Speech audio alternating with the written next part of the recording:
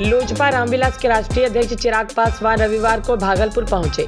सबौर स्थित high school में नव संकल्प सभा को संबोधित करने पहुंचे थे, जहां पर कार्यकर्ताओं ने उनका भव्य स्वागत किया। इस दौरान चिराग पासवान को देखने के लिए भीड़ उमड़ पड़ी। महिला कार्यकर्ताओं ने उन्हें चंदन लगाकर स्वागत किया। मंच पर पिता रामविलास पासवान के चित्र पर चिराग ने पुष्पांजलि अर्पित किया। इस दौरान भागलपुर के चर्चित समाजसेवी विजय कुमार यादव को चिराग पासवान ने पार्टी में सदस्यता दिलाया। मौके पर जमुई के सांसद सह बिहार प्रभारी अरुण भारती, खगड़िया सांसद राजेश वर्मा, लोजपा के प्रदेश उपाध्यक्ष अमर सिंह कुशवाहा व पार्टी के अन्य नेता व कार्यकर्ता मौजूद थे। उसके बाद चिराग ने अपनी पार्टी के विचारधाराओं को लोगों के बीच बताया।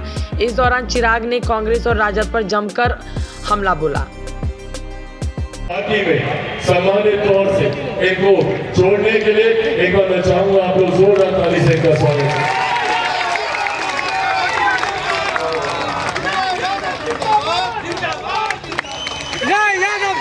इस कार्यक्रम को सफल बनाने के लिए मैं पार्टी के तमाम पदाधिकारी साथियों का यहाँ पे धन्यवाद करता हूँ। यहाँ पर विजय जी का तो मैं धन्यवाद करता ही।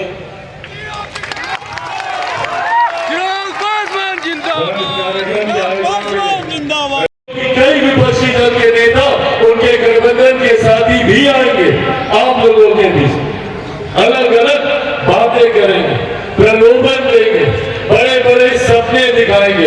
पर पूछिएगा इन लोगों से, ये वही कांग्रेस राजद के लोग हैं जो लंबे समय तक केंद्र की सत्ता में रहे, बिहार की सत्ता में रहे। आजादी के बाद सबसे ज्यादा समय तक कांग्रेस की सरकार रही, कांग्रेस के नेतृत्व वाली सरकार रही, इनके गठबंधन वाली सरकार रही। पूछिए इनसे क्यों नहीं तब बिहार विकास की राह पर आगे बढ़ा। पूछिए बिहार में जो लोग लगातार सत्ता में रहे, एक परिवार के दो सदस्य मुख्यमंत्री रहे, क्यों नहीं बिहार विकसित राज्य बना। जबकि ये वो दौर था, राजद का वो समय था जब बिहार से सबसे ज्यादा पलायन, बिहार के लोगों को मजबूर किया गया अपना राज्य छोड़कर दूसरे राज्य जाने में।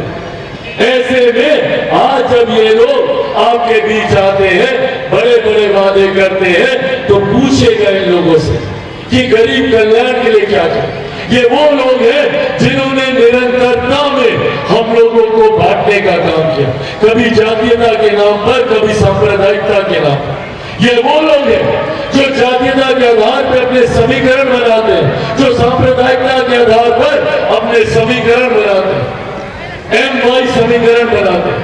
मेरा भी एक एम-वाई समीकरण है, पर मेरे एम-वाई समीकरण में ना जातीयता है ना सांप्रदायिकता है। मेरे एम-वाई समीकरण में जहां मजबूती से महिलाओं का प्रतिनिधित्व है, तो वहीं वाई से युवाओं का प्रतिनिधित्व है।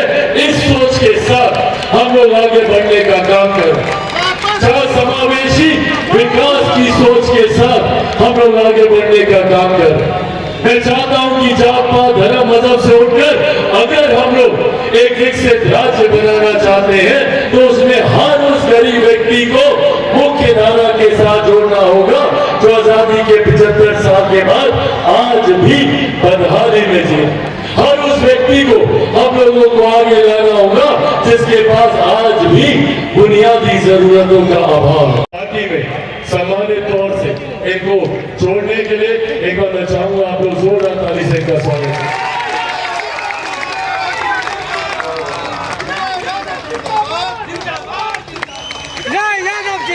इस कार्यक्रम को सफल बनाने के लिए मैं पार्टी के तमाम पदाधिकारी साथियों का यहाँ पे धन्यवाद करता हूँ। यहाँ पर विजय जी का तो मैं धन्यवाद करता ही।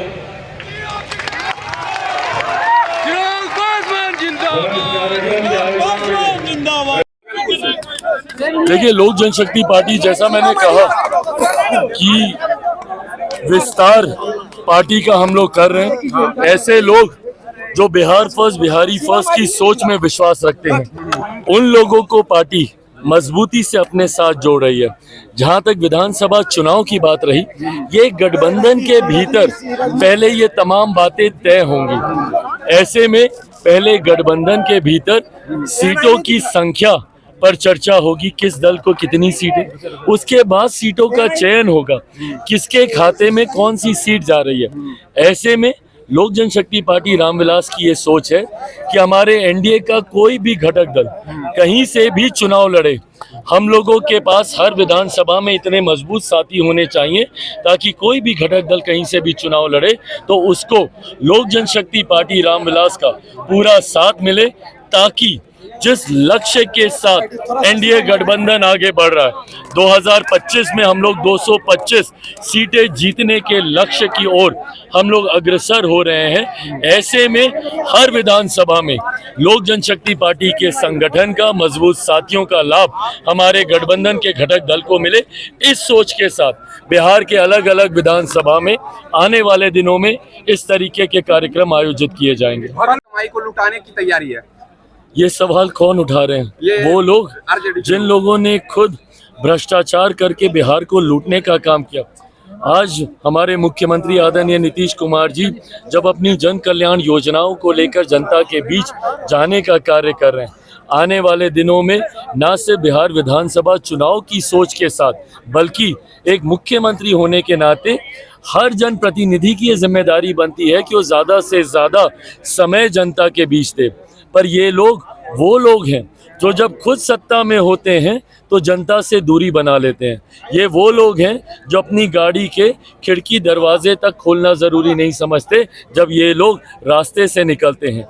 ऐसे में हमारे मुख्यमंत्री जी आज जब जनता के बीच जा रहे हैं तो उसके पीछे की सोच यही है कि वो जन कल्याण की योजनाएं जो जिनके लिए बनाई गई, क्या वो पूर्णतः धरातल पर पहुंची कि नहीं पहुंची, या इसके अलावा जनता की और क्या समस्याएं हैं जिसको आने वाले दिनों में दूर किया जा सकता है।